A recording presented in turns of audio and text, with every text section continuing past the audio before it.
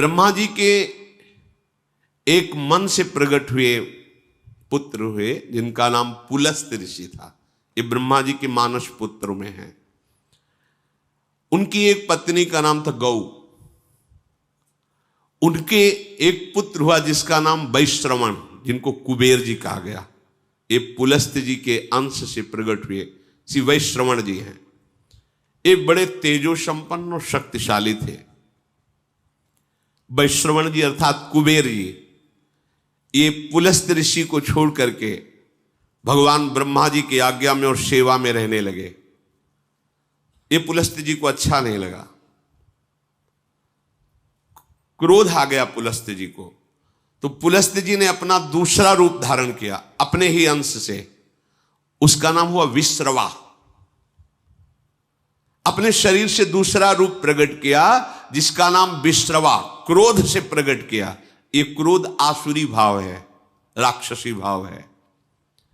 विश्रवा सदैव कुबेर जी से दोष दृष्टि रखता, द्वेष दृष्टि रखता, कुपित रहता, पर ब्रह्मा जी की सेवा में थे विश्रवण, इसलिए किसी का प्रभाव उनके ऊपर नहीं। वैश्रवण की सेवा से प्रसन्न होकर पितामह ब्रह्मा जी ने अमरत्व प्रदान कर दिया और त्रिभुवन के धन का मालिक बना दिया। धनाध्यक्ष भगवान कुबेर ऐसा कहा जाता है। वो जो पुलस्त्य जी के अंश से प्रकट हुए प्रथम पुत्र, द्वितीय विश्रवा जो उन्हीं के आधे शरीर से प्रकट हुए। और जब कुबेर पदवी मिली तो महादेव जी से ब्रह्मा जी ने उनका परिचय कराया और मित्रता करवाई। नलकुबर नाम के इन्हीं के मणिग्रीव पुत्र प्रकट हुए और एक दिव्य स्वर्णमयी राजधानी धनाध्यक्ष कुबेर की, जिसका नाम लंका। ये धनाध्यक्ष कुबेर की राजधानी, त्रिभुवन का धनाध्यक्ष पद और लंका ये कुबेर को दी गई। और विचरण करने के लिए पुष्पक विमान और यक्ष राक्षसों का राजाधिराज पद कुबेर को दिया गया। जो पुलस्त्य जी के क्रोध से प्रकट हुआ विश्रवा नाम का पुत्र था, वो कुबेर पर दृष्टि क्रोध भरी रखते थे। कुबेर जी ने देखा कि ये भी तो पिता ही तुल्य है। विश्रवा पुलस्त्य जी के आदेश शरीर से वो कभी गुस्सा नहीं करते, सदैव प्रणाम करते। और धनाध्यक्ष कुबेर तीनों लोकों के यक्ष दैत्य राक्षस यक्ष इनके स्वामी थे। तो तीन बहुत ही सुंदर युवतियां सेवा में दी, राक्षस कन्याएं, बड़ी माया शक्ति से संपन्न, दिव्य से दिव्य रूप धारण करने वाली, वो महामुनि विश्रवा की सेवा में लगी। रात दिन उनकी आज्ञा में हाथ जोड़े खड़ी रहती तीनों, जब जो आज्ञा वैसी सेवा। नृत्य करना, गान करना, महर्षि को रिझा लिया। उनमें से एक का नाम पुष्पोत्कटा, दूसरा का राका, तीसरे का नाम मालिनी। तीनों एक दूसरी सेवा में सुख प्राप्त करने के लिए होड़ लगाई हुई थी। तीनों ने प्रार्थना की कि मुझे पुत्र चाहिए।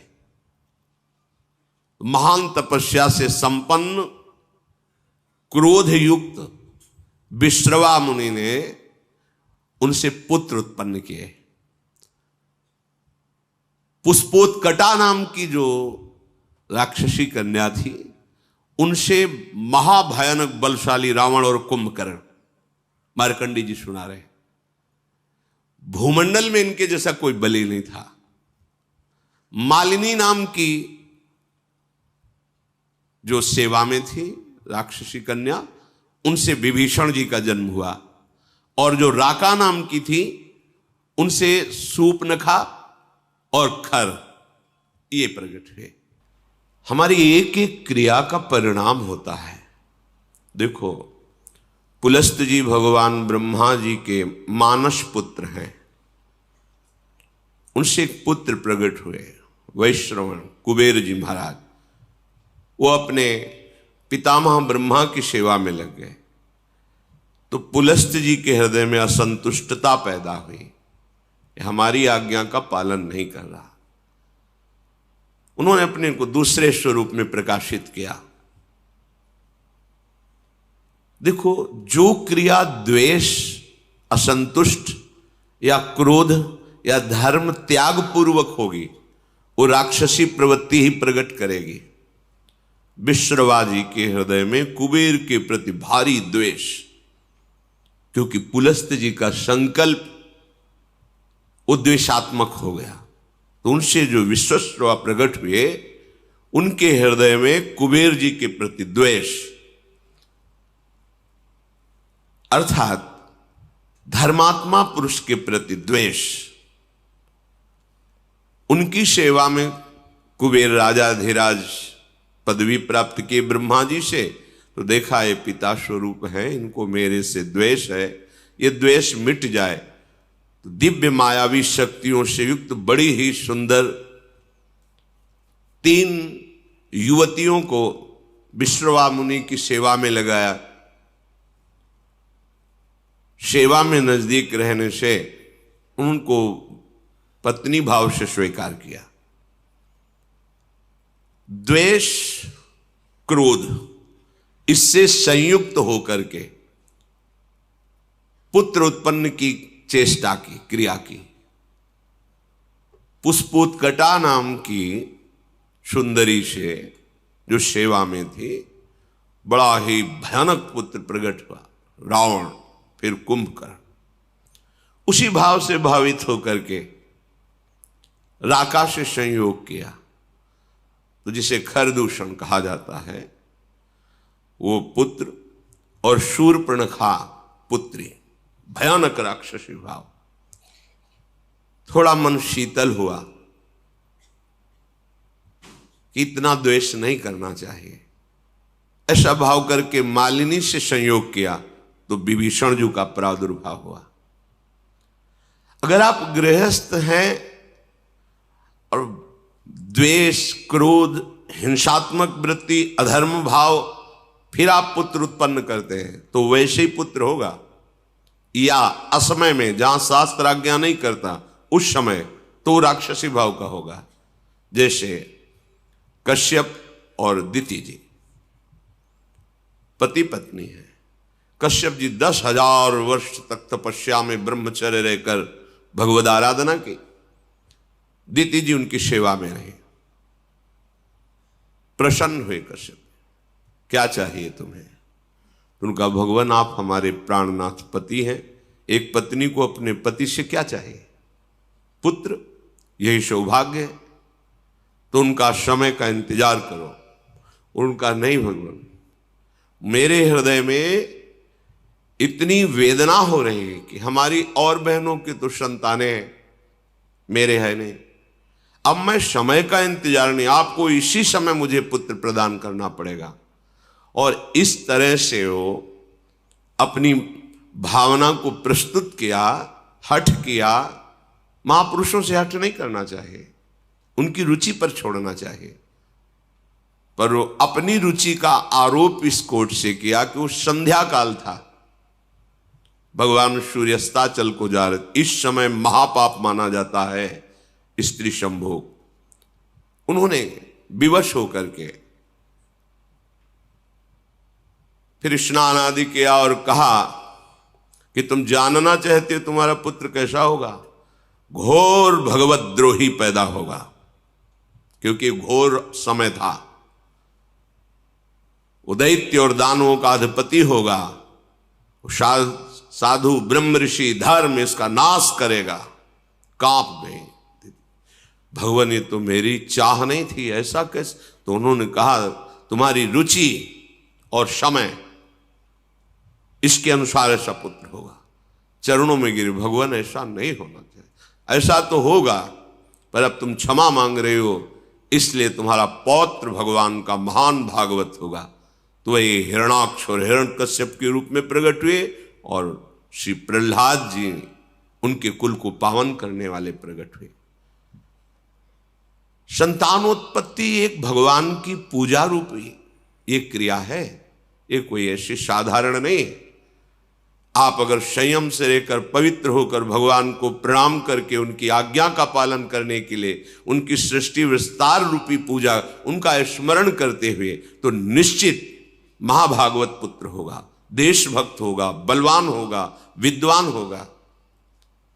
अंदर क्रोध है, द्वेष है, अधर्माचरण है या मदिरापान आदि ऐसे, तो फिर वो सींग भले प्रकट ना हो पर होगा वो राक्षस स्वभाव वाला, स्वभाव उसका आसुरी होगा और वो तुम्ही को दंड देगा, तुम्हें जलाएगा जीवन भर।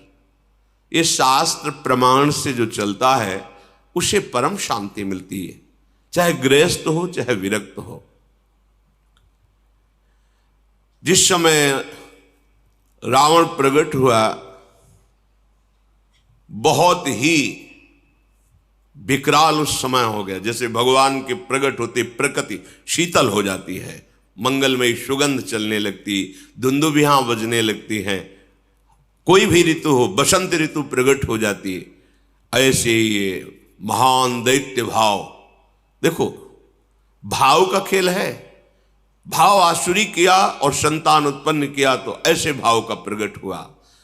10 सिर ताही 20 भुज दंडा, रावण नाम वीर बरी बंडा।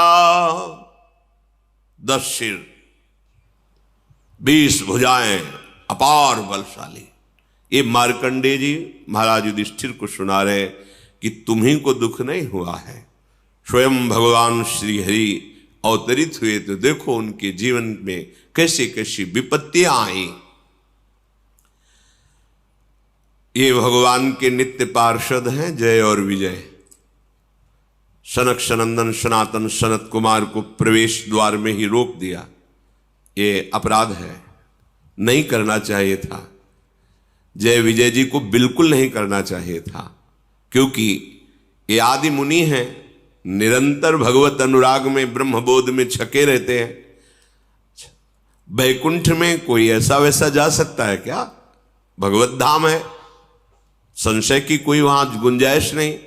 5 वर्ष की अवस्था हर समय रहती है और नग्न रहते, दिगंबर रहते हैं और श्रीमुख से चारों के निकलता रहता हरि शरणम हरि शरणम हरि शरणम। अब इनको रोकने की क्या जरूरत है? पर भगवान की जब प्रबल इच्छा प्रकट होती है लीला करने की, तो उनके जोड़ का तो उन्हीं का पार्षद ही होगा, दूसरा तो कोई हो ही नहीं सकता, क्योंकि हरि स्वरूप ही होते हैं। भगवत इच्छा से ही रोक दिया। अब इतने अनुराग में एक एक कदम बढ़ रहे थे सनक सनंदन सनातन सनत कुमार जी के, कि अच्छा नहीं लगा, तुमने क्यों रोका? प्रभु के दर्शन में जाने में क्या तुम्हें मेरे में बाधा लगी? तुम निर्विकार सच्चिदानंद परम धाम में भी दोष बुद्धि रखते हो। यहां कौन आ सकता है बिना भगवान की इच्छा के? इसका मतलब तुम्हें दंड चाहिए अभी। ये आश्चर्य की बात, जहां से किसी का वापस होना नहीं होता, भक्तों का या संतों का, भगवत प्रेमियों का अपराध वहां से भी नीचे पटक देता है। आज तक कोई प्रमाण नहीं मिला कि बैकुंठ से किसी का पतन हुआ हो, लेकिन इनका पतन हो गया। महाभागवत ब्रह्मबोध संपन्न निरंतर भगवत अनुरागी महात्मा को रोक दिया, साप दे दिया, जाओ तुम 3 जन्म तक असुर भाव को प्राप्त हो। इससे बड़ा दंड क्या हो सकता है? भगवत भाव का सिद्ध महापुरुष भगवत पार्षद बनता है, उसका जीवन होता है निरंतर भगवत चिंतन। ऐसे चिंतन में सिद्ध हुए भगवत पार्षद, ये तो सिद्ध पार्षद है, इससे बड़ा दंड क्या हो सकता है कि आसुर भाव को प्राप्त हो, भाव ही तुम्हारा राक्षसी हो जाए। कांप गए जय विजय। भगवान सर्वांतर्यामी स्वयं चलकर आए और बड़ी अद्भुत बात कही। कहा सेवक का अपराध स्वामी का ही होता है, इसलिए आप क्षमा करो या मुझे दंड दो। ये मानो ऐसा प्रहार हुआ सनकादि के ऊपर, अगर विचार करके देखो बहुत मृदु शब्द दिखाई दे रहे हैं, लेकिन नहीं। भगवान को लगा तुम्हें तो सोचना चाहिए कि मेरे पार्षद हैं, अगर दंड ही दिलवाना था तो हमसे निवेदन करते कि आपके सेवक ने मुझे रोक दिया, आपको असंतुष्टता, आप फाइनल कैसे कर दिए। भगवान के जो शब्द है इसमें बड़ा गूढ़ भाव है। सनकादि को अपना नहीं कहा उस समय, कहा सेवक का अपराध स्वामी का ही अपराध होता, मुझे क्षम। ये बहुत बड़ी बात अलगाव की हो गई ना। अपनापन किससे दर्शा रहे श्री भगवान जय विजय से। सेवक का अपराध स्वामी का ही अपराध होता। हे ऋषियों, आप चाहे दंड दो या क्षमा करो, मेरी भुजा भी हो, यदि आप जैसे महात्माओं के विरुद्ध चल जाए तो मैं काट दूं, फिर ये तो सेवक है। संतुष्ट किया। अब तो कांप गए सनकादि वचन, क्योंकि परम ज्ञानी है, बार बार भगवान के चरणों में प्रणत हो रहे हैं। प्रभु आप कहे तो शाप मिथ्या हो जाए, पर नहीं, मेरी इच्छा से ऐसा है। और जय विजय से कहा तुम चिंता मत करो, आसुर भाव रहेगा पर तुम्हारे कल्याण के लिए मैं स्वयं अवतरित होऊंगा, स्वयं अवतरित, तुम चिंता मत करो। जय विजय ने तो 3 जन्म लिए, पर भगवान ने 4 जन्म लिए। रावण कुंभकर्ण रूप में जब ये पधारे तो भगवान श्री राम रूप में, वो तो अंश में चतुर्व्यूह स्वरूप से प्रकट हुए। हिरण्यकश्यप हिरणाक्ष के लिए भगवान नरसिंह और वाराह, और शिशुपाल दंतवत भगवान श्री कृष्ण, 4 अवतार, राम, नरसिंह, वाराह और हरि श्री कृष्ण, 4 अवतार भगवान ने लिए। हर चरित्र से हमें शिक्षा मिलती है।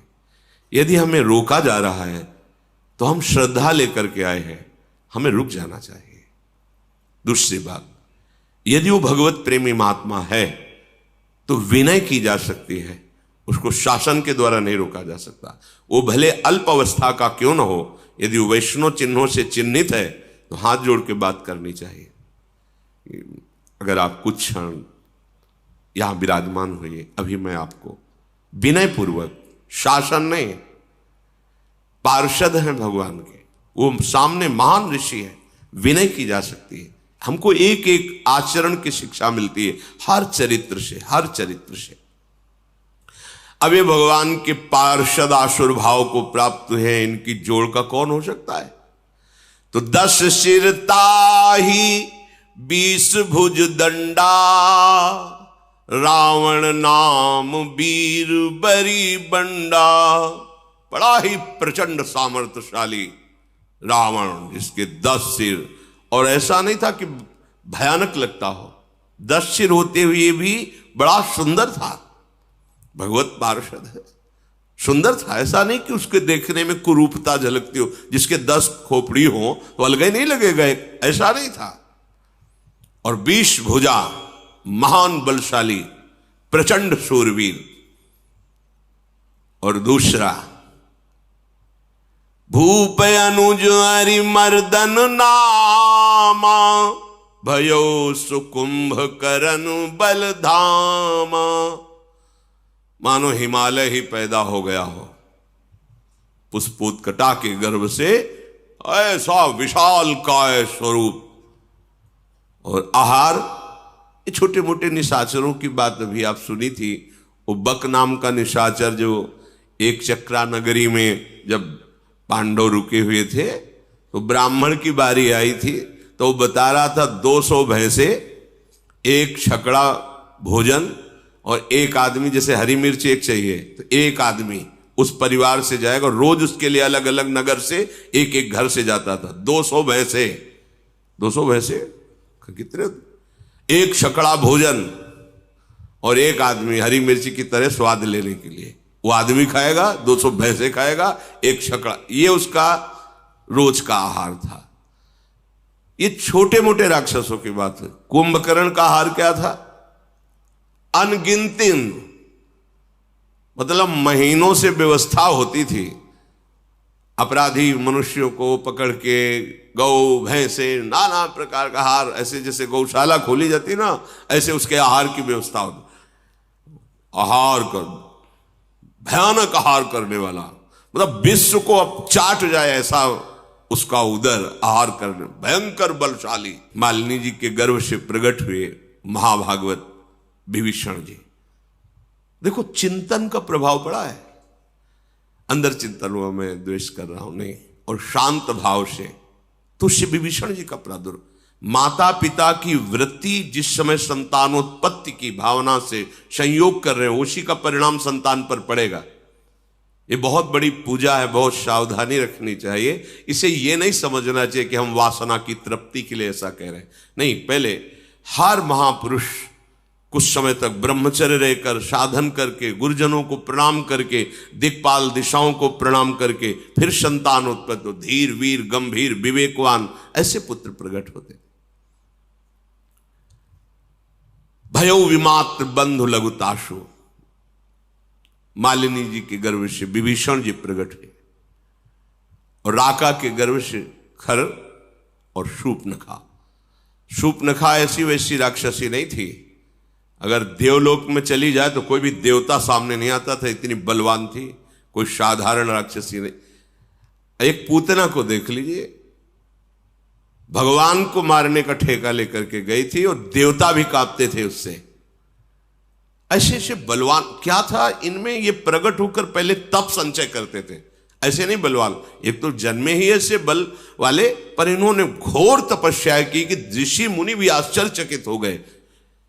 ऐसी तपस्या ये असुरजन करके चाहते क्या थे? विश्व का विलास, बस अंतर यही है। तपस्या तो इन्होंने भी की पर वो विश्व मंगल के लिए नहीं। जब कोई संत महापुरुष तप और पुण्य भजन बल से युक्त होता है तो सर्वे भवन्तु सुखिना सर्वे संत निरामया सर्वे भद्राणि पश्यन्तु माँ कश्चित् दुःख। एक को भी दुखी न देखो, सब सुखी हो जाएं, सब निरोग हो जाएं, सबका मंगल हो, सब सुखी रहे, ये होता है। और जब असुर तपस्या करता है तो उसका संकल्प होता है मैं जब जिसको चाहूं उसको नष्ट कर दूं, मेरे आगे कोई खड़ा होने वाला न रहे, सबको दुख मिले, सबको अशांति मिले, सब मेरे अधीन रहे, ये आसुरी भाव होता है। अब जब वो प्रकट हुए तो उनका परिकर भी प्रकट हुआ। काम रूप खल जिनस अनेका कुटिल भयंकर विगत विवेका। विवेक रहित कुटिल स्वभाव भयंकर आचरण, ऐसे राक्षसों का प्रादुर्भाव हुआ। कृपा रहित हिंसक सब पापी बरनी न जाहि विश्व परितापी। विश्व को दुख देने वाले ये पापी ऐसे प्रकट हुए कि इनका तेज, इनका बल सारे संसार को पीड़ा पहुंचा दे। ये भगवान के विरोध में प्रकट होने वाला परिकर है, इसलिए इसका पहले गान किया गया है। देखो एक इसमें इस चरित्र से भाव मिल रहा है कि अगर जुड़े हमारा जो भी भाव है और भगवान से जुड़ जाए तो उसका मंगल हो जाता है। घोर निशाचर स्वभाव, पापी स्वभाव, कहीं किसी पर कोई भी दया कृपा नहीं, केवल हिंसा वृत्ति। उपजे यद्यपि पुलस्त कुल पावन अमल अनूप तदपि महीसुर श्राप बसु भय सकल अघरूप।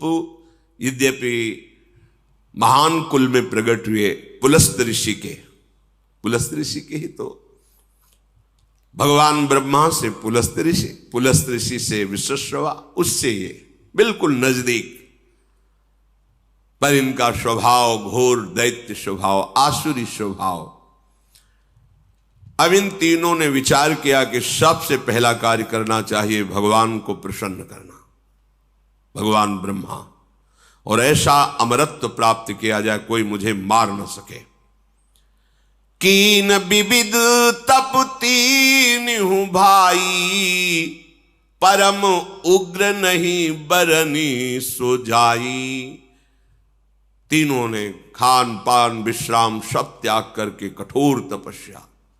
हिरण्यकश्यप ने तो ऐसी तपस्या की कि ब्रह्मा जी को दिव्य दृष्टि से देखना पड़ा कि है कहां हिरण्यकश्यप।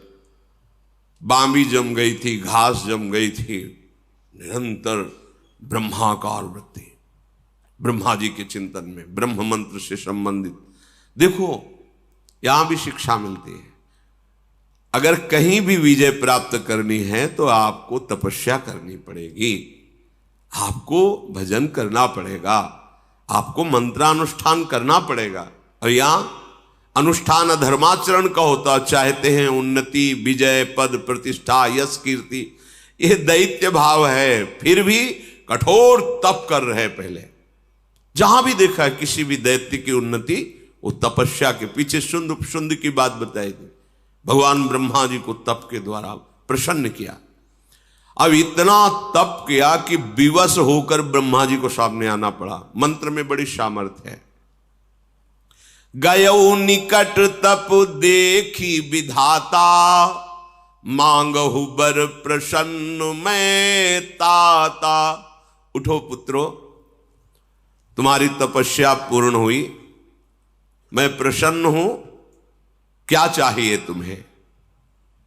तब रावण ने आंख खोली, देखा भगवान ब्रह्मा जी विराजमान हैं। करी बिनती पद गही 10 सीसा, बोल्यो बचन सुनहु जगदीशा।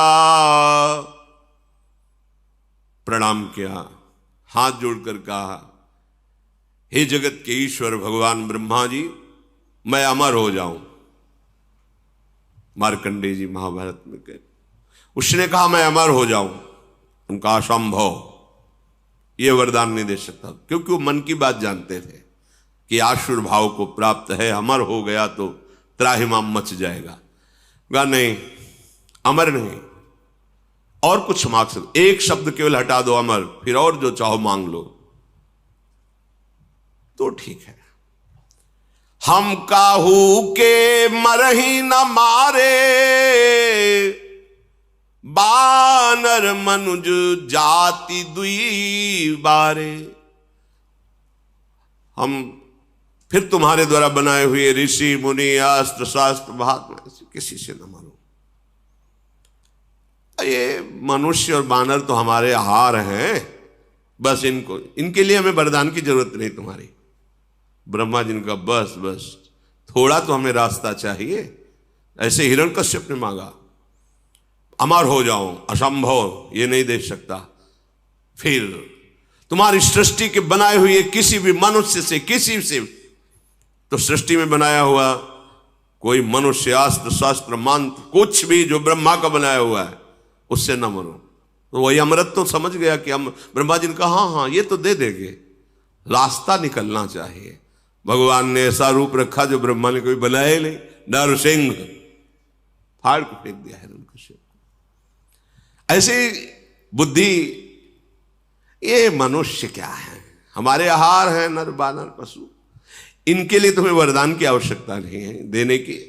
हां, और आपके किसी भी बनाए हुए दैवी शक्ति, देवता आदि, लोकपाल, कोई अस्त्र शस्त्र, ब्रह्मा जी ने कहा एवमस्तु तुम बड़ तप कीन्हा। उसी समय साक्षी देने के लिए भगवान शंकर भी आ गए। मैं ब्रह्मा मिलित ही बर दीन्हा। महादेव जी ब्रह्मा जी, तथास्तु, ऐसा ही हो। फिर देखा पहाड़, कुंभकर्ण। ब्रह्मा जी ने कहा बहुत होश में इसको वरदान देना पड़ेगा, अगर ये पूरे दिन आहार करेगा तो जितना हम सृष्टि रचा है सब चौपट हो जाएगा। पुनि प्रभु कुंभकर्ण पै गयऊ, तेहि बिलो की मन विषमय भयऊ। जो यही खल नित करब आहारू, होई सब उजारी संसारू। अगर ये बराबर जागता रहा तो पूरी सृष्टि को उजाड़ देगा। सरस्वती को याद किया, अब बैठो इसकी जबान पर। कहा बेटा तुम मांगो, तुम्हारी क्या इच्छा है? उसने पहले ही सोचा था कि सीधे इंद्रासन, त्रिभुवनपति बनकर के रहूंगा, सारी सृष्टि हमारे अधीन रहेगी। बोलना चाह रहा है इंद्रासन, निद्रासन, सरस्वती जी बैठी हुई। ब्रह्मा जी ने कहा तथास्तु। 6 महीने में एक बार जगेगा और दिन भर आहार करेगा, फिर सो जाएगा 6 महीने का। सारद पेरी तासुमति फेरी, मांग सी नींद मास सटकेरी। एक बार 6 महीने सोना, फिर जग के आहार करना, फिर 6 महीने के लिए। ब्रह्मा जी ने कहा तथा, यह है तपस्या का फल। उसे ज्यादातर ऐसे ही मांगते हैं कि खुद चक्क सोने को मिले, खाने को मिले। यह आसुरी स्वभाव है। अब दृष्टि पड़ी विभीषण जी पर। मार्कंडेय जी कह रहे एक पत्ता सूखा विभीषण जी रोज पाते थे और निरंतर भगवान नाम जप करते थे। गए विभीषण पास पुनि, कहो पुत्र बर मांगू, तेहि मांग्यू भगवंत पद, कमल अमल अनुराग। ये बात मांगी, यही मांगना चाहिए। यही मांगने से मांगना मिट जाता है। ब्रह्मा जी विभीषण के पास गए और कहा पुत्र तुम्हारी तपस्या पूर्ण हुई, वरदान मांगो। उन्होंने चरणों में प्रणाम करके कहा भगवान मुझे अमल अर्थात कामना रहित, निष्काम, मल है कामना, निष्काम और अनन्य, तेहि मांगे भगवंत पद, कमल अमल अनुराग। अनुराग अनन्य भक्ति, निष्काम अनन्य प्रेमा लक्षण भक्ति जो है वो मुझे श्री हरि की दीजिए। हरि के चरणों में निष्काम भक्ति। मार्कंडेय जी ने कहा कि जब उन्होंने ये मांगा तो ब्रह्मा जी ने सबसे पहला शब्द कहा कि तुम्हारे जो 2 भाइयों को हमने ना कहा है वो अपनी तरफ से देता हूं, तुम अमर हो जाओ। ये तो तुम्हें मिले ही, लेकिन जो 2 भाइयों ने मांगा मैंने नहीं दिया वो तुम्हें दिया। अमर आज भी विभीषण राज्य कर रहे हैं दिव्य लंका में। पीछे चूंकि उस प्रसंग पे नहीं जाना था, तो जब दिग्विजय कर रहे थे राजसूय यज्ञ के लिए पांडव, तो उस समय घटोत्कच की पीठ में बैठकर समुद्र पार किया था। और वहां गए, जब पता चला भगवान श्री कृष्ण के भक्त हैं ये पांडव, तो विभीषण जी स्वयं उनका स्वागत किया और कहा विजय की जरूरत नहीं है, हम हार स्वीकार करते हैं, आपकी विजय। प्रणाम करके कहा था नहीं, हम आपको परास्त करने नहीं, आपका आशीर्वाद लेने आए। विभीषण जी अब भी विराजमान है लंकाधिपति के रूप में। जब सृष्टि समिटेगी तो साकेत धाम जाकर सदैव भगवान के, ये है भगवान की भक्ति का प्रताप। एक बात मांग लो जिससे सारी बात अपने आप पूर्ण हो जाती, भगवान के चरणों की आसक्ति। प्रभु निरंतर आपके प्रेम में डूबा रहो, बस। इससे क्या होगा, प्रभु अधीन हो जाएंगे। फिर जब मालिक अधीन हो गया तो सारी संपत्ति उसकी तो है ही, सारी संपत्ति तो उसकी है। हम लोग अल्प बुद्धि वाले हैं, इसीलिए प्रभु को रिझाने के बाद मांगते क्या है, यही मायाकृत भोग सामग्री, मायाकृत। नहीं, मांगना है मालिक से। अब एक गरीब आदमी चक्रवर्ती सम्राट के पास जाए, सम्राट के हम बहुत खुश हैं, बोलो क्या चाहिए, तो सोचेगा भैंस के लिए 1 साल का चारा और घर के लिए 1 साल का भोजन। महाराज हमारे पशु के लिए चारा और हम लोग के लिए 1 साल, तो उसके लिए मजाक की बात होगी। अरे तुम मांग लेता तो गांव का गांव, नगर का नगर वो दे देता, आज जीवन की व्यवस्था कर देता। पर उसकी हिम्मत नहीं मांगने की, वो अपनी सामर्थ्य के अनुसार मांगता है। इसलिए सच्ची बात यह है कि मांगना भी भगवान के ऊपर छोड़ दे, हमें मांगना भी नहीं आता। अगर वो ऐसा कह दे गरीब आदमी चक्रवर्ती सम्राट से कि महाराज मुझे नहीं पता कि मुझे क्या चाहिए, आप दे दो, तो जो वो देगा वो अपनी सामर्थ्य के अनुसार देगा, वो निहाल हो जाएगा। ऐसे ही चतुर सुजान भक्त मांगते भी नहीं। जैसे प्रभु कहते हैं कि हाँ क्या चाहिए, तो बोले आप जान लो आपको क्या देना है हमें, तो वो भगवान अपना सानिध्य देंगे, अपने धाम में अपने समान सुख प्रदान करने वाला वैभव उसको प्रदान करते हैं। भगवान से ना मांगने पर विशेष लाभ है, मांगने पर तो हमारी सोच बहुत छोटी है, पता नहीं क्या मांग ले, और उनके ऊपर छोड़ दो। सुदामा जी ने मांगा था क्या? नहीं मांगा ना, चले काहे के लिए थे? पत्नी ने प्रेरणा यही की थी कि मित्र है कुछ तो दे ही देंगे, बच्चों का उदर पोषण करने की व्यवस्था तो हो ही जाएगी। पर सुदामा जी चतुर सुजान भक्त थे, एक शब्द भी नहीं कहा। अच्छा मित्र चलते हैं, तो बोले कपड़े जो नए पहने हुए इनको उतार दो, नहीं रास्ते में चोर परेशान करेंगे। वो भी उतार के वही पुरानी जो उनकी धोती थी फटी लपटी वही पहना दिया। सुदामा जी ने सोचा कि अच्छा किया, अच्छा किया। अब पत्नी को समझाएंगे जाके कि बहुत जो है तू, जाओ जाओ मित्र हैं दे देंगे, कपड़ा भी उतरवा लिए अपने पहलाए हुए। अब भगवान ऐसे हाँ चलो, तो सोचा 2-4 असरफी तो होंगी मुट्ठी में, ये तो जानते ही घर की हालत की, खाने को भी नहीं। भगवान ने कहा इधर से जब आप जाना तो उधर से मुड़ जाना। बोले वो तो हम जानते, मुड़ जाएंगे आप पता है। और रास्ते में सोच रहे कि कितने श्री कृष्ण हमारे कृपालु हैं, नहीं दिया कि दरिद्र ब्राह्मण के ऐसा ना हो ईश्वर पाकर मुझे भूल जाए, मेरा मित्र कितना कृपालु है। और जब आए तो उनको लगा कि मैं लौट के द्वारिकापुरी ही आ गया क्या, ऐसी सुदामापुरी रची। भगवान ने 2 लोक की संपत्ति भेज दी उनके यहां। तो हमारे दाता ऐसे उदार हैं कि इनसे मांगो ना तो बड़े लाभ में रहोगे, मांगोगे तो फिर थोड़ा घाटा रहेगा। इतने बड़े मालिक से तुम मांग ही नहीं सकते जो मांगना चाहिए। ये विभीषण जी ने मांगा, कहा तेहि मांग्यो भगवंत पद, कमल अमल अनुराग। अमल माने निष्काम होता है, कामना ही मल है। मुझे अपने प्रभु से कोई कामना न हो और मैं निरंतर उनके प्रेम में डूबा रहूं, ऐसा मुझे वरदान दीजिए। तिन्हि देई बर ब्रह्म सिधाए, हर्षित ते अपने गृह आए। मैं तनुजा मंदोदरी नामा, परम सुंदरी नारी ललामा। वरदान प्राप्त हो गया है। ब्रह्मा जी तो अंतर्धान हो गए। ये तीनों महान आनंद से युक्त होकर के मैदानों की मंदोदरी नाम की बड़ी ही विवेकपूर्ण उनकी कन्या थी, बहुत ही सुंदर और विवेकवान थी। विवेकवान होना बहुत कठिन होता है। परम सुंदरी।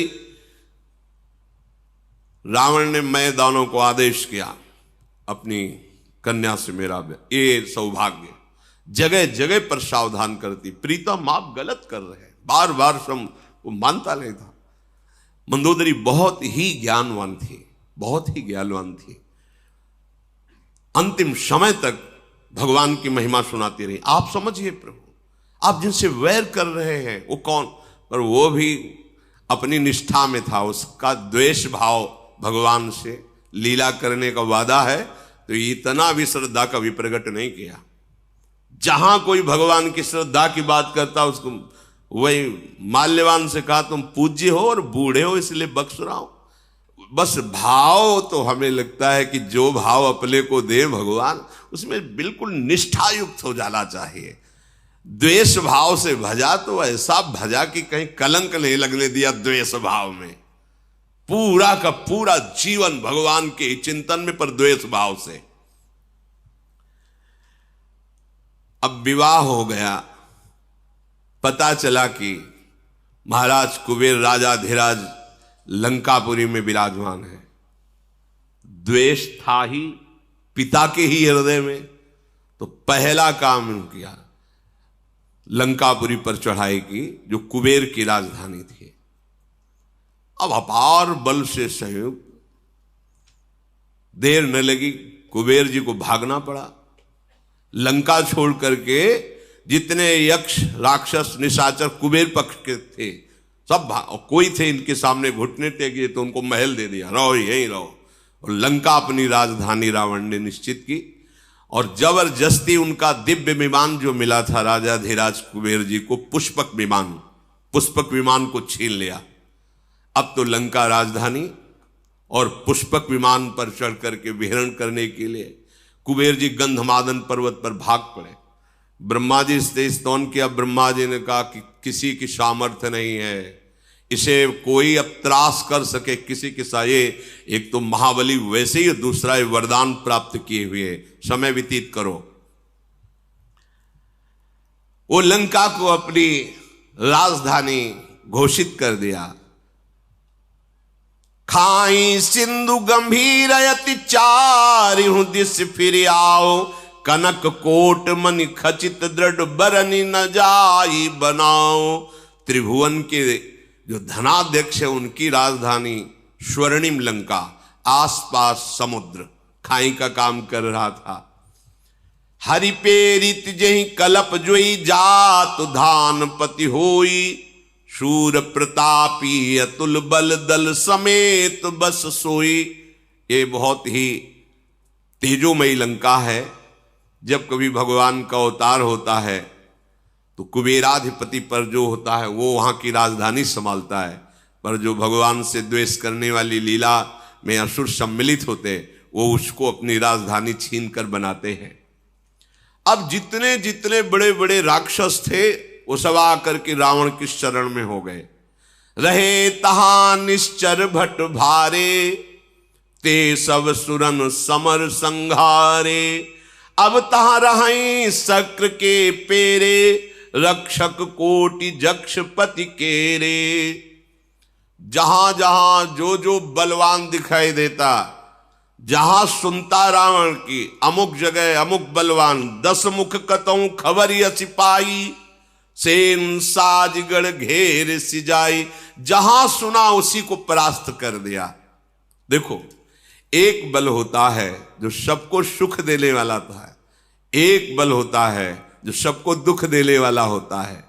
संसार में पूरे मृत्यु लोक, अन्य लोक, कोई ऐसा नहीं बचा जिसको रावण ने जीत ना लिया हो। राजधानी लंका, और जहां सुनता जिस लोकपाल, जिस देवता, जिस महाबली को, उसको जाके परास्त कर देता, अपना दास बना लेता। एक दिन पुष्पक विमान पर बैठा हुआ जा रहा था तो कैलाश सामने पड़ा। तो नंदिकेश्वर प्रकट होकर, कैलाश के ऊपर से विमान नहीं जा सकता, ये भगवान शिव का घर है। तो उसने कहा, तुम रोक किसको रहे हो पता है? रावण को रोक रहे हो। ये कैलाश के ऊपर से तो नहीं जा सकता, तो विमान तो हटेगा नहीं, हम कैलाश हटा देते हैं। उतरा विमान से, कौतुक कहीं कैलाश पुण्य लीन्हे जाई उठाई। मनो तौल निज बाहुबल चला बहुत सुख पाई। उमा सहित भगवान महादेव गण सहित पूरे कैलाश पर्वत को भुजाओं से, 20 भुजा पर वो वरदानी है। महादेव जी मुस्कुराए। नंदिकेश्वर ने कहा, प्रभु मुस्कुराने का समय नहीं है, अगर आप इतना छूट दे दिए तो कोई इस कैलाश की महिमा को नहीं समझेगा। भगवान ने कहा कि हम तो केवल इसके वरदान की रक्षा के लिए कि किसी पर भी विजय प्राप्त करता है इसलिए। नहीं, तुम देखना चाहते हो कैलाश उठा सकता है। एक अंगूठा ऐसे रखा तो जैसे पत्थर के नीचे मेढक दब जाए ना, ऐसे वैसे तो कैलाश उठा लिया। पर जब नंदिकेश्वर ने प्रार्थना की कि प्रभु आप, तो भगवान ने कहा हम तो ब्रह्मा के वर की पूर्ति के लिए ऐसा, इसलिए नहीं तो देखना चाहते हो कैलाश उठा सकता है। ऐसे अंगूठा रखा, पर वो भारी विद्वान भी है, पुलस्त ऋषि का। तो जो तांडव आज भी गाया जाता है जहां शिव पूजन होता, जटाटवी गल ज्वल प्रवाह पावित स्थले गले लंब लंबिताम भुजंग तुंग मालिकाम डम डम डमन निनादवट डमर वयम चकार चंड तांडवम तनोतुनः शिवा शिवम जटा कटा सब भ्रमम समम, जो पूरा तांडव जे ही गाया भगवान से प्रसन्न हो गए। ऐसा तांडव स्तोत्र है कि निश्चित भगवान से प्रसन्न, भगवान शिव प्रसन्न हुए, दर्शन दिए, साष्टांग प्रणाम बोले, आज से मैं आपको अपना आराध्य देव मानकर गुरु स्वरूप स्वीकार करता हूं। सदैव आप हमारी रक्षा करना और मैं आपकी आराधना में सदैव लगा रहूंगा। रावण ने विनय करके विमान स्वैट से निकाला। अब आग कैलाश की ऐसी महिमा है, कोई कैलाश के ऊपर से वाहन से नहीं निकल सकता। जो भगवान शिव का कोई भी देवता, कोई भी यक्ष गंधर्व कैलाश के साइड प्रणाम करके, वो भगवान शिव का महल है। महल क्या है? बरगद के नीचे, बरगद जानते हो कितना है? 60,000 योजन, 60,000 योजन की डाले, 6 ऋतुएं उस बरगद के नीचे हैं। इधर वर्षा ऋतु हो रही तो इधर शीतलता, इधर ग्रीष्म ऋतु, इधर बसंत ऋतु, सब ऋतुएं हैं। उसी बरबट वृक्ष के नीचे भगवान शिव का आसन, 88 हजार वर्ष की महाराज समाधि लगाते हैं। भगवान के अनन्य भक्त हैं। अब जैसे जैसे उसकी सब सेना बढ़ती जा रही है, परिवार बढ़ता जा रहा है, बल बढ़ता जा रहा है, सब बड़ाई, कोई ऐसा नहीं बचा जो रावण के आगे सर न झुकाता हो। एक दिन जगता था, बकाया सोता रहता कुंभ, और जिस दिन जगता था तो जो बड़ा काम होता था सौंप दिया जाता था।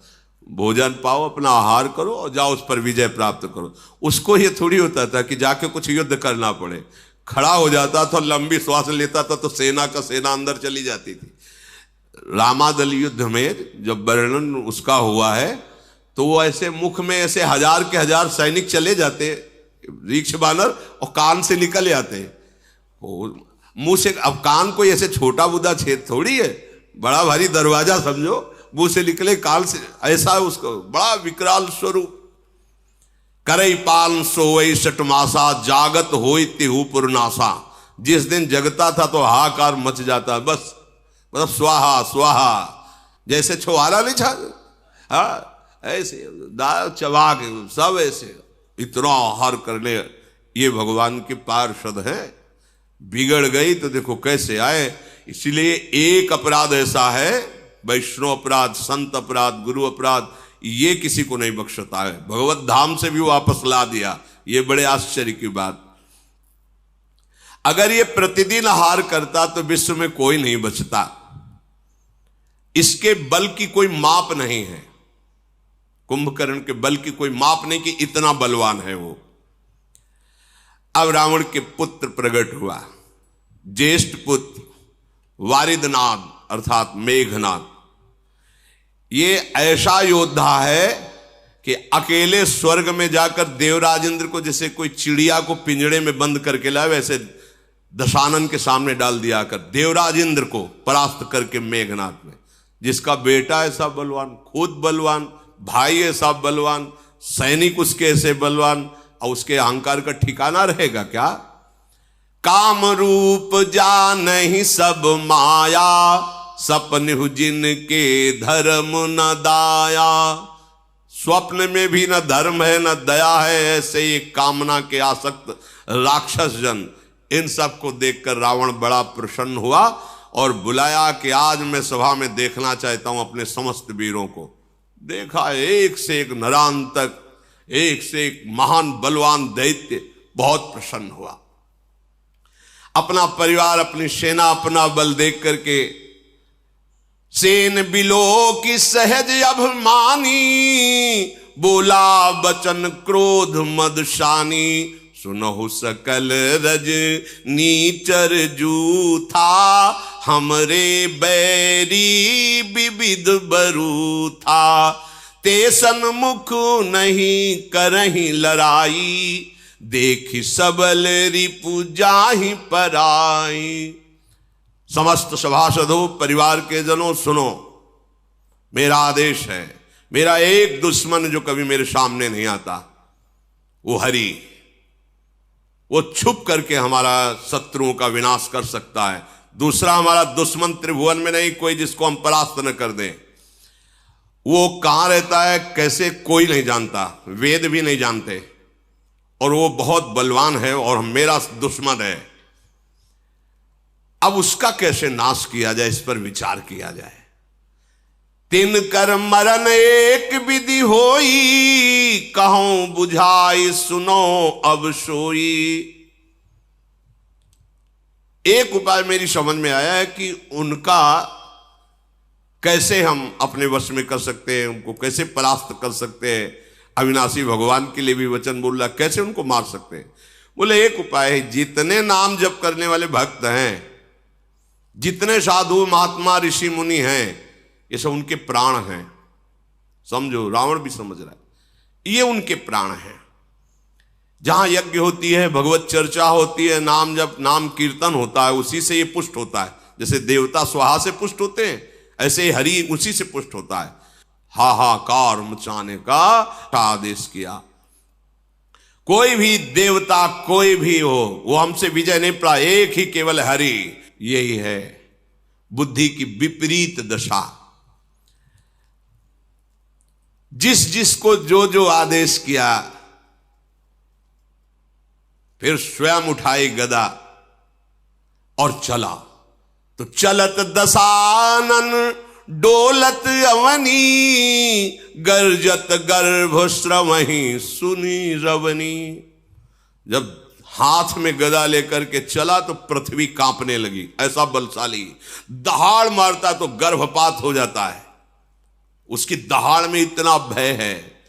जब सुना बड़े बड़े लोकपालों ने कि रावण पधार रहा है, तो रावण आवत सुने सकोहा, देवन तके मेरु गिरि खोहा। कोई गुफा में छुप गया छोड़ के, कोई पर्वत में, कोई जंगल में, भाग पड़े लोक के लोक खाली। वरुण लोक भुजा ठोक दी तो वरुण लोक में कोई नहीं। जिस जिस लोक में गया वह खाली ही पाया, कोई सामने नहीं पाया। और अहंकार बढ़ा। दिक्पालन के लोक सुहाए, सुने सकल दसानन। एक भी नहीं मिला कोई लोकपाल, जहां गर्जना करता कोई वहां लोक में दिखाई नहीं देता। सुन लो, भगवत विमुख कितना भी बलवान और तपस्वी हो, कभी शांति और सुख को प्राप्त नहीं हो। इनसे बड़ा कोई बलवान होगा क्या? पुनि पुनि सिंहनाद करि भारी, दे देवतन गारी पचारी। जिस लोक में जाए गाली देता, अशुद्ध शब्द बोलता, कोई सामने नहीं, सब खाली। रन मद मत फिरई जग धावा, प्रतिभट खोजत कतहु न पावा। कोई युद्ध करने के लिए तैयार नहीं, जहां जाता है सब खाली हो जाता है। रवि शशि पवन वरुण धन धारी, अग्नि काल जम सब अधिकारी। देखो इतना बड़ा बलवान रावण जब सूर्यलोक, चंद्रलोक, वायुलोक, वरुण लोक, कुबेर लोक, अग्नि काल यमराज सबको अपने अधीन कर लिया, क्योंकि कोई मार नहीं सकता। भगवान ब्रह्मा जी का वरदान, किन्नर सिद्ध मनुज सुर नागा, हठ सब ही के पंथ लागा। ब्रह्म सृष्टि जहां लघु तनुधारी, 10 मुख बस बरती नर नारी। जितना ब्रह्मा का रचा हुआ है, कोई भी ऐसा नहीं जो रावण के अधीन न हो, रो न रहा हो। इसीलिए इसका नाम रावण पड़ा, सबको रुलाने वाला। भुजबल विश्व बस्य करी, राखे को न स्वतंत्र। मंडलीक मनि रावण राज करई, निज मंत्र अपनी इच्छा के अनुसार। सर्वलोक सम्राट, सार्वभौम नहीं, सर्वलोक सम्राट रावण जैसा कहता है वैसा लोक। ब्रह्मा जी तो नाम मात्र के विराजमान हैं, अब इसका शासन चल रहा है, जो कहता है वही हो रहा है। देव जच्छ गंधर्व नर किन्नर नाग कुमारी, जीति बरी निज बाहुबल बहु सुंदर बरनारी। जिस लोक में जो सुंदरी मिलती सब ब्राह्मण की सेवा में, सबको अपने अधीन कर लिया। बड़े बड़े देवता सब कांप गए। पृथ्वी में घोर अत्याचार, शुभ आचरण कतहु नहीं होई। आज्ञा है रावण की, कोई नहीं कथा कहेगा, कोई रामकृष्ण हरि कीर्तन नहीं करेगा, कोई भी नहीं, कहीं भी शुभ आचरण नहीं हो रहा है। देव विप्र गुरुमान न कोई, न ब्रह्म ऋषियों का सम्मान, न साधुओं का सम्मान, कुछ नहीं, सब खत्म। आगे आएगा ऐसा समय, जब कलयुग का भयंकर रूप होगा तो ऐसा ही समय आएगा। नहीं हरि भगति यज्ञ तप ज्ञाना, सपने सुनिय न वेद पुराना। वेद पुराण की कथा वार्ता, यज्ञ तप भजन साधन खत्म। केवल रावण का अत्याचार, सब भयभीत। जप जोग विरागा तप मख भागा, श्रवण सुनई 10 सीसा। आपन उठि धावई राहै न पावई, धरि सब घालई खीसा। जहां सुनने को मिला, गुप्तचरों ने बताया कि वहां नाम जप हो रहा, वहां कीर्तन हो रहा, वहां यज्ञ हो रही, वहां धर्मानुष्ठान, स्वयं जाता और सांप के गले उतार देता। न किसी का मंत्र काम करता, न सांप काम करता, क्योंकि पहले ही ऐसी तपस्या कर ली थी। असभ्रष्ट अचारा भाषण सारा, धर्म सुनी नहीं काना। ते बहुविधि त्रासई देश निकासई जो कह वेद पुराना। अगर कोई भगवत चर्चा करते मिल जाए तो बहुत प्रकार से पीड़ा दे के उसे काला पानी की सजा दे दी जाती है, निकालो इसको।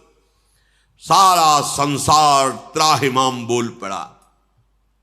बरन न जाई अनीति घोर निशाचर जो करही, हिंसा पर अति प्रीति तिनके पाप ही कवनिमिति।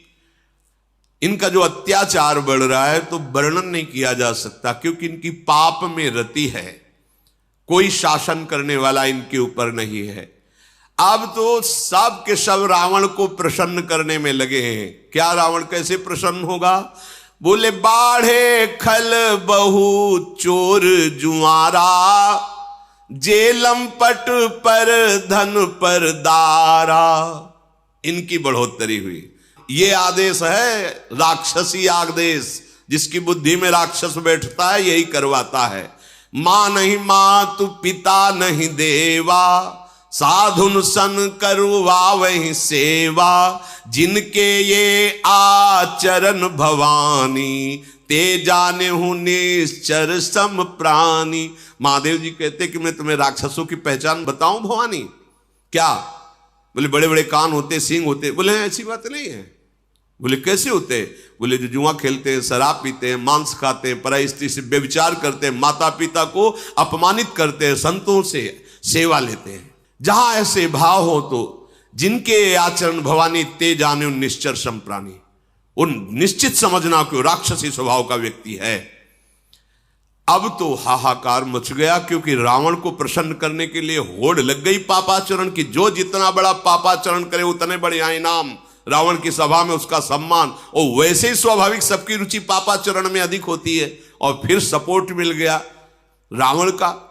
जो जितनी हिंसा पापाचार करके सामने जाए उसको पुरस्कार मिलेगा। अगर जो कहीं धर्म से चल रहा है परिवार का नाश कर दिया जाएगा।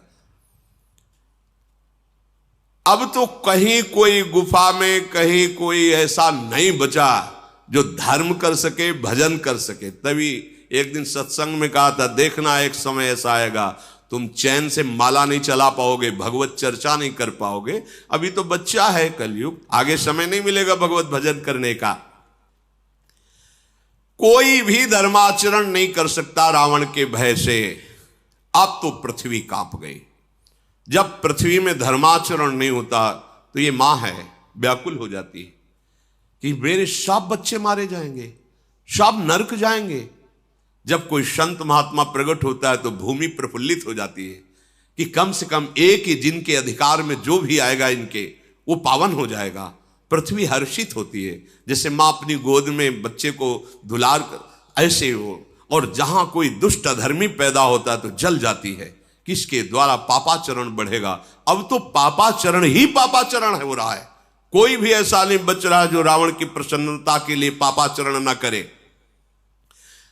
एक ही रास्ता पृथ्वी को सूझा कि जिन्होंने वरदान दिया उन्हीं के पास चला जाए, ब्रह्मा जी के पास।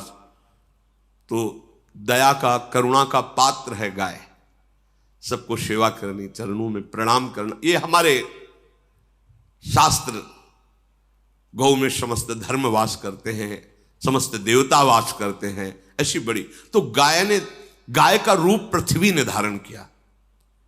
जो माता भूमि है, इन्होंने गाय का रूप धारण किया और हृदय में विचार करके समस्त ऋषियों को लेकर के, जो गुप्त रूप से इधर उधर जो नजर में नहीं थे रावण के, सबसे कहा कि एक ही उपाय है, भगवान ब्रह्मा जी कुछ कर सकते हैं, चलो हम उन्हीं के पास चलते हैं। तो सुर मुनि गंधर्वा मिलकर शर्बा गे बिरंच के लोका, संग गोतनुधारी भूमि विचारी परम विकल भय शोका। ब्रह्मा सब जाना मन अनुमाना, मोर कछु न बसाई। जा करिते दासी सो अविनाशी, हमरे उतोर सहाई।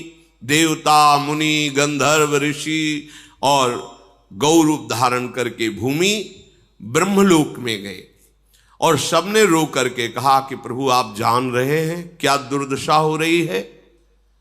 तो उन्होंने कहा मुझे सब कुछ पता है, पर अब मेरी सामर्थ्य नहीं कि मैं कुछ भी सुधार कर सकूं।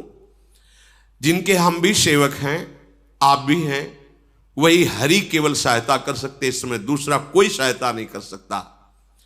धरनि धरहि मन धीर कह विरंचि हरिपद सुमिरु जानत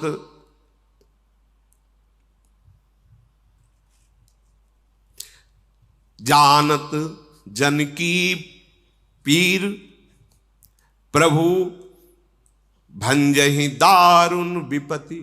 अपने भक्तों के मन की बात जानने वाले केवल प्रभु हैं। इसीलिए अपने मन की बात केवल प्रभु से करनी चाहिए। कोई नहीं त्रिभुवन में जो सहयोग दे सके, समझिए, कोई त्रिभुवन में नहीं। जानत जन की पीर, अपने भक्त के हृदय की बात एक एक प्रभु जानते हैं। अगर आपको लगता है मुझे कहना है तो केवल प्रभु से कहिए, कोई तुम्हारी सहायता नहीं कर सकता। सब एक सीमित सहयोगी हैं, असीम सहयोग देने वाले केवल श्री भगवान श्री हरि हैं। भगवान ब्रह्मा जी ने कहा सब लोग धैर्य धारण करो, जिनके हम सेवक हैं उन भगवान श्री हरि से प्रार्थना की जाए, वही हमारी रक्षा कर सकते हैं। तो बैठे सुर सब करहि विचारा, कहां पाई प्रभु करिए पुकारा। ऋषि मुनि देवता ब्रह्मा जी सब विचार कर रहे कि कहां प्रभु मिलेंगे, कैसे जाकर उनके चरण पकड़कर प्रार्थना करें, हम सबको कहां चलना चाहिए।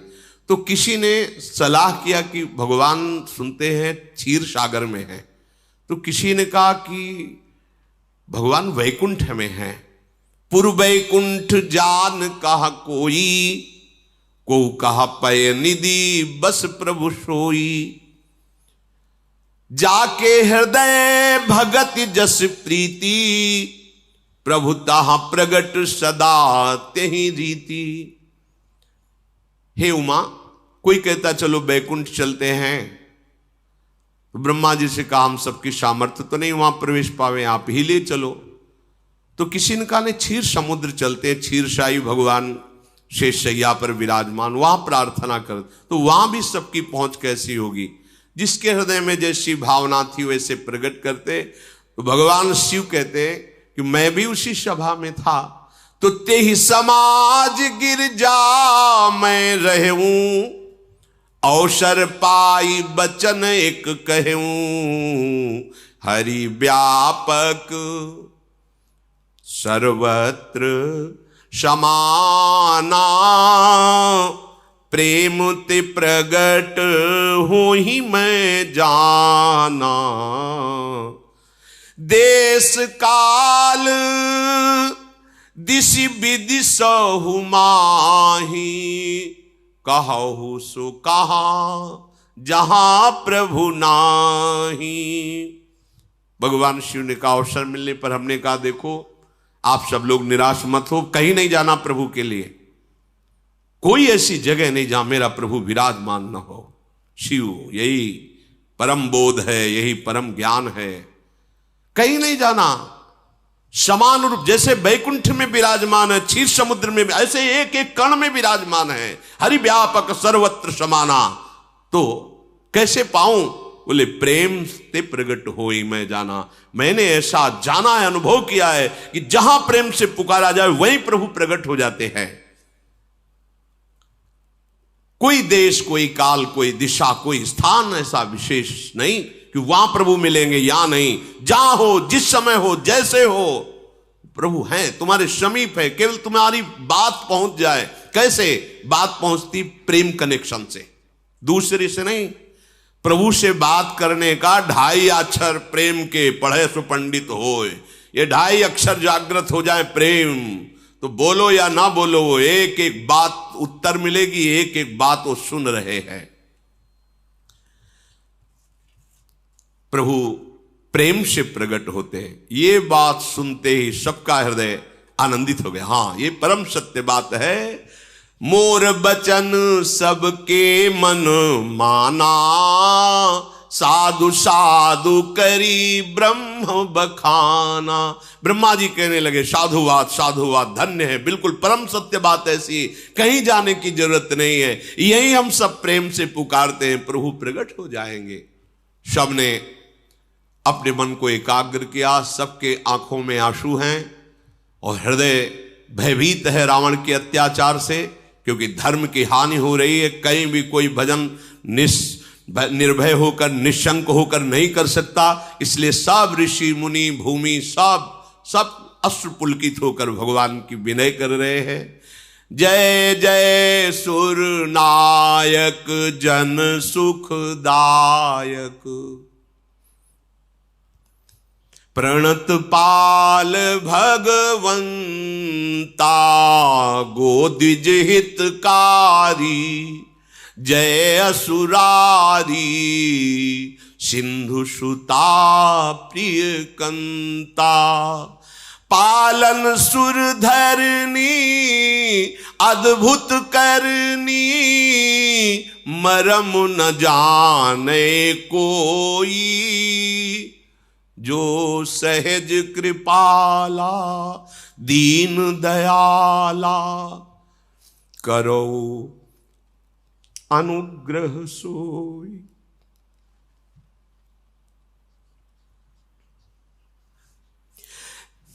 जय जय अविनाशी सब घटवासी, व्यापक परमानंदा, अविगत गोतीतम चरित पुनीतम, माया रहित मुकुंदा।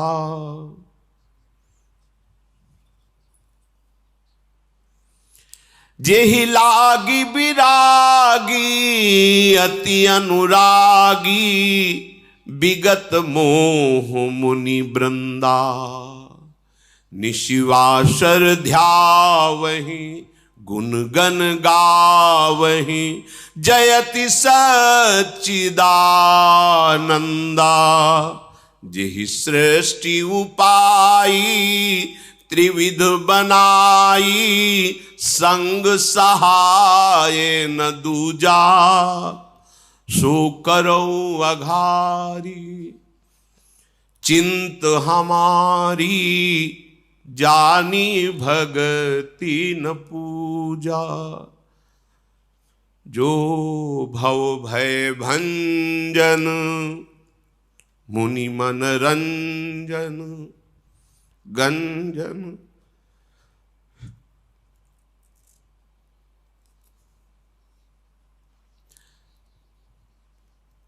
जो भव भय भंजन मुनि मन रंजन, गंजन विपति बरूथा, मन बच क्रम बानी छाड़ी सयानी, शरण सकल सुरजू था। शारद श्रुति से सारी से अशेषा, जा कहूं को नहीं जाना। जेहि दीन पियारे वेद पुकारे, द्रवहु सुश्री भगवाना। जेहि दीन पियारे वेद पुकारे, द्रवहु सुश्री भगवाना।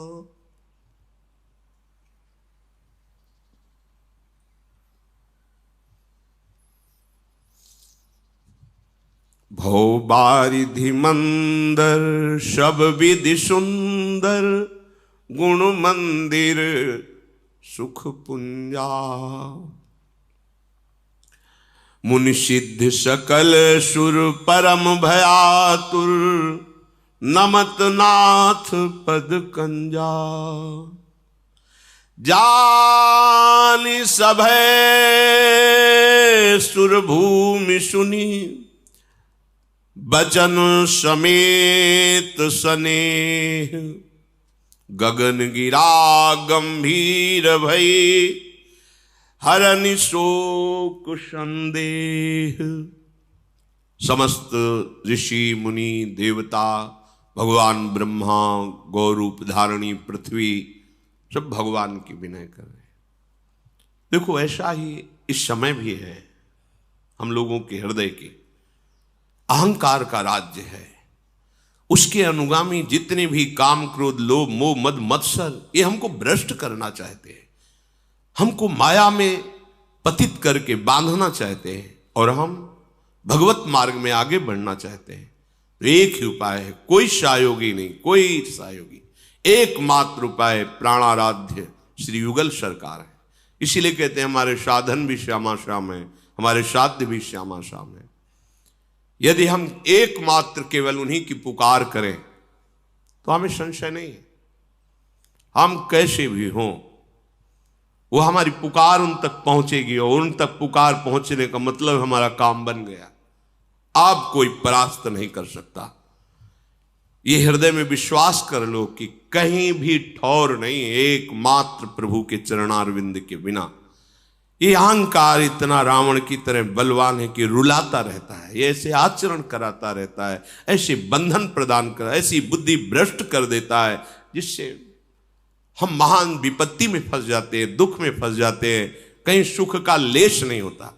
नाना प्रकार के जो दंड मिलते हैं, देहाभिमान के कारण भ्रमित होकर हमसे जो भूल हो जाती, गलती हो जाती, पापाचरण हो जाते, एकमात्र सुधरने का उपाय है हरि शरणम।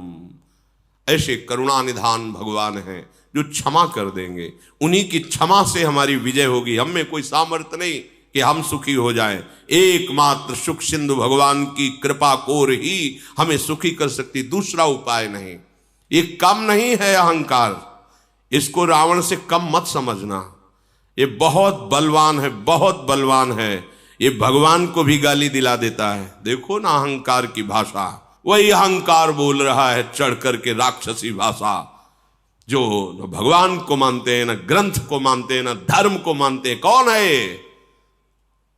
वही बोल रहा है, अहंकार बोल रहा है। क्या उन्हीं के बल से बलवान होकर तुम बोल रहे हो? अगर वो अपनी वायु को रोक ले तो 1 सेकंड में मर जा।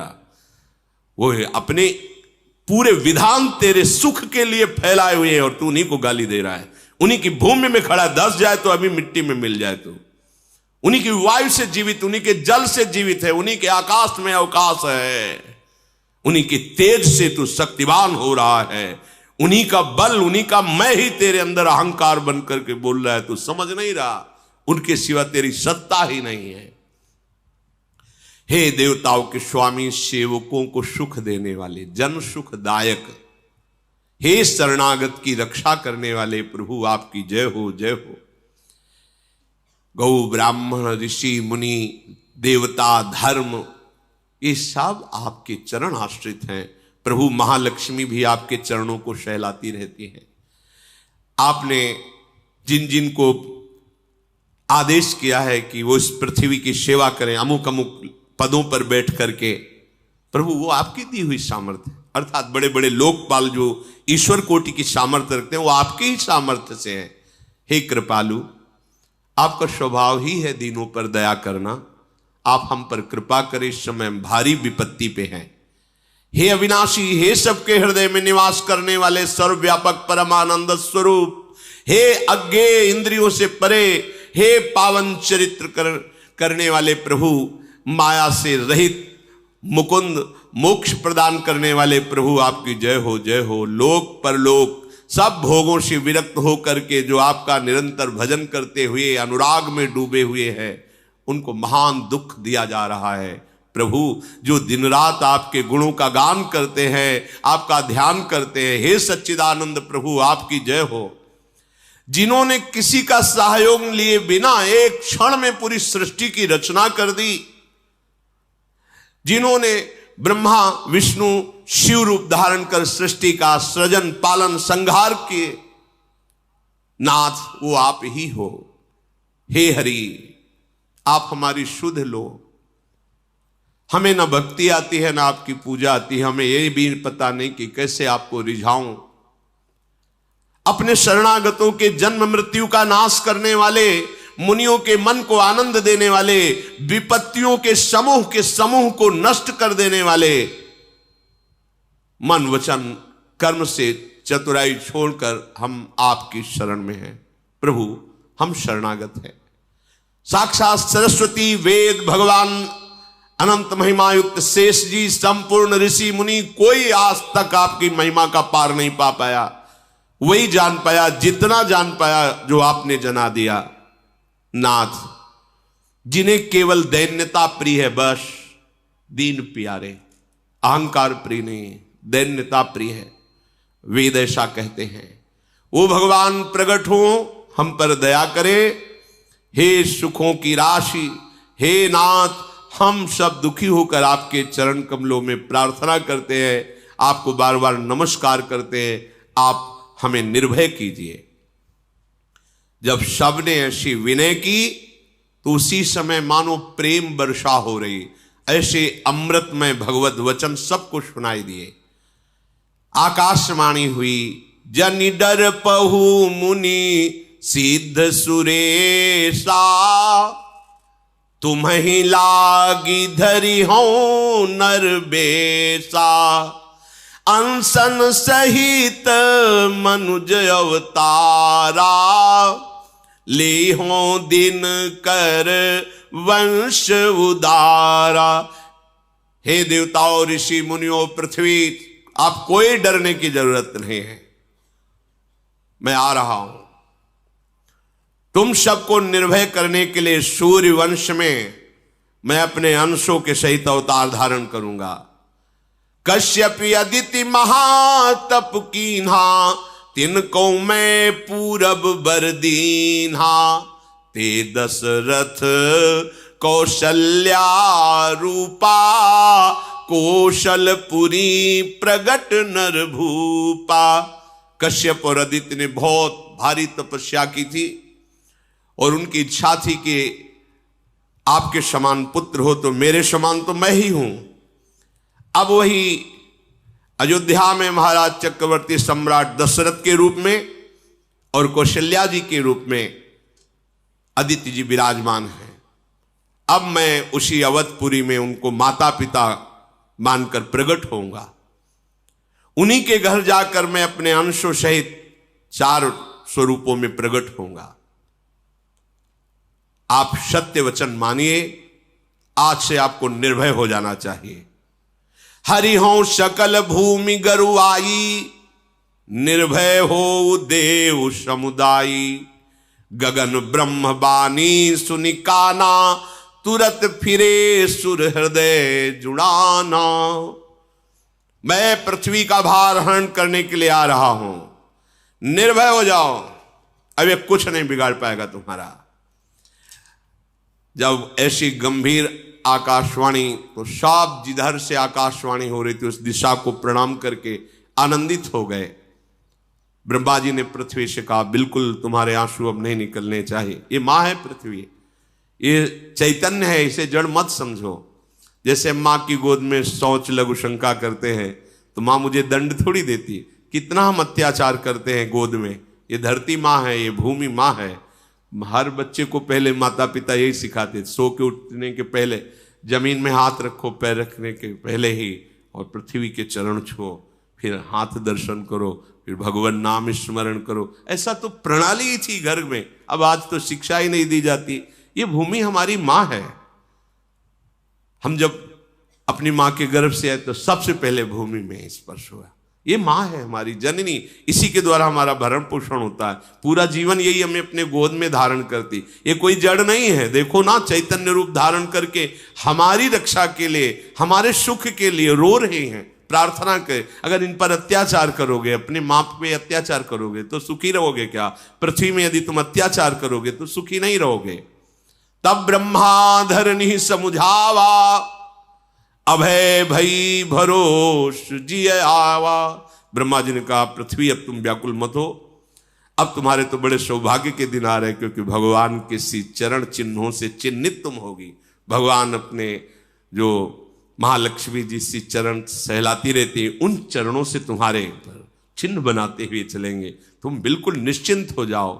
निज लोक ही बिरंच गे देवन यही सिखाई, बानर तनु धरि धरि मही हरिपद से बहु जाए। समस्त देवता विराजमान भगवान शंकर साहब। देखो वरदान में उसने दो ही से पराजय की जगह छोड़ी है, नर बानर। नर रूप में भगवान अवतार ले रहे, तुम सब देवता देवी शक्ति संपन्न जाओ बानर रूप में, दीक्ष रूप में ऐसे प्रकट हो जाकर जो भगवान की सेवा और सहायता करो। उनको सहायता की जरूरत नहीं, पूरी सृष्टि अकेले ही रची और एक क्षण में रची, पर लीला के लिए तुम सब वो रूप धारण करो।